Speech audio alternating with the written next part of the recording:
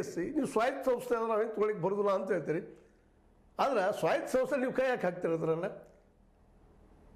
ಅನೇಕ ಪ್ರಶ್ನೆಗಳು ಇವೆಲ್ಲ. ಈ ಎಲ್ಲ ದೃಷ್ಟಿ ಇಟ್ಟುಕೊಂಡು ಇವತ್ತು ಈ ಭ್ರಷ್ಟ ಅಧಿಕಾರಿಗಳಿಗೆ ಮತ್ತು ಅಧ್ಯಕ್ಷ ಮತ್ತು ಆ ಸದಸ್ಯರಿಗೆ ಶಿಕ್ಷೆ ಆಗುವ ಸಂದರ್ಭದಲ್ಲೇ ಸರ್ಕಾರ ಹಿಂಜರಿದಿದ್ದು, ಅದರಲ್ಲೂ ಈ IAS ಅಧಿಕಾರಿಗಳಾಗಿರ್ಬೋದು, ಇವತ್ತು ರಿಟೈರ್ ಆಗಿದ್ದಾರೆ ಮತ್ತೇನೋ ಆಗಿದ್ದಾರೆ ಅಂತ ಬಿಡೋದು ಎರಡೂ ತಪ್ಪು ಅಂತ. ಯಾಕಂದರೆ ಇಲ್ಲಿ ಡಿಲೇ ಮಾಡೋದು ನಿಮ್ಗೆ ಗೊತ್ತದ, ಮೊದಲೇ ನಿರ್ಣಯ ನ್ಯಾಯಾಲಯದಿಂದ ಬರೋದು ಲೇಟ್ ಆಗ್ತಾ ಇರ್ತದೆ.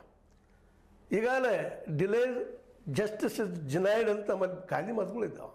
ತಡವಾಗುವಂತಹ ಒಂದು ನಿರ್ಣಯಗಳು ಅಥವಾ ತೀರ್ಪುಗಳು ಅಲ್ಲಂತ ಹೇಳ್ತಾ ಇದ್ದಾವೆ. ಇವತ್ತು ರಿಟೈರ್ ಆಗಿದ್ದಾರೆ ಅಂದರೆ ಬೇಕಾದಷ್ಟು ತಿಂದು ಮಾಡಿ ಭ್ರಷ್ಟಾಚಾರ ತೆಗೆದವರೆಲ್ಲ ಈ ರೀತಿ ಹೋದರೆ ಮುಂದೆ ಇದ್ರ ಮೇಲೆ ಭರವಸೆ ಮೂಡೋದು ಹೆಂಗಂತ. ಆಲ್ರೆಡಿ ನಮ್ಮ ಯುವ ಜನಾಂಗಂತೆ UPSC ಮತ್ತು ನಿಧಾನಕ್ಕೆ UPSCಯಲ್ಲೂ ಸಹಿತ ವಿಶ್ವಾಸ ಕಳ್ಕೊಳ್ತಾ ಇದ್ದಾರೆ. KPSC ಮೇಲಂತೂ ವಿಶ್ವಾಸ ಇಲ್ದಂಗೆ ಆಗಿಬಿಡೋದು, ದುಡ್ಡಿದ್ರಷ್ಟೇ ಕೊಡೋದಪ್ಪ ಅಂತೇಳಿ. ಇವತ್ತು PSI ಹಿಡ್ಕೊಂಡಾಗಲಿ ಯಾವುದೇ ಪೋಸ್ಟ್ ಇರ್ಬೋದು.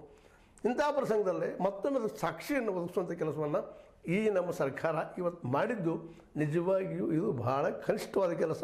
ಇದಕ್ಕೆ ಎಷ್ಟು ನಾವು ಟೀಕೆ ಮಾಡಿದರೂ ಕಡಿಮೆ. ಇವತ್ತು ಸಿದ್ದರಾಮಯ್ಯ ಅಂತ ಒಬ್ಬ ಯೋಗ್ಯ ವ್ಯಕ್ತಿ, ಅವ್ರ ಬಗ್ಗೆ ಬಹಳಷ್ಟು ಭರವಸೆಗಳಿದ್ದಾವೆ. ಯಾಕಂದರೆ ಹಿಂದುಳಿದವರ ಜೊತೆಗೆ ಬಿದ್ದವರ ಪರವಾಗಿದ್ದಂಥ ಧ್ವನಿ ಅಂತೇಳಿ ಎಲ್ಲರೂ ಅವರನ್ನು ಸ್ವೀಕಾರ ಮಾಡಿದ ಸಂದರ್ಭದಲ್ಲೇ ಒಬ್ಬ ಭ್ರಷ್ಟರನ್ನು ಬಿಟ್ಟುಕೊಡುವಂಥ ಕೆಲಸ ಆಗಬಾರ್ದಾಗಿತ್ತು. ಅದನ್ನು ನ್ಯಾಯಾಲಯಕ್ಕೆ ಬಿಡಬೇಕಾಗಿತ್ತು. ಅದನ್ನು ನೀವು ಡಿಸಿಷನ್ ತೊಗೊಳ್ಳಿ, ನೀವು ಯಾರು ಅಧಿಕಾರವನ್ನು ಬೇಕಾದ ತೊಗೊಳ್ತೀರಾ, ಮನಸ್ಸಿಗೆ ಬಂದಿದ್ದು ನಿರ್ಧಾರ ಮಾಡ್ತೀರಾ ಅಂತ ಜನಸಾಮಾನ್ಯರು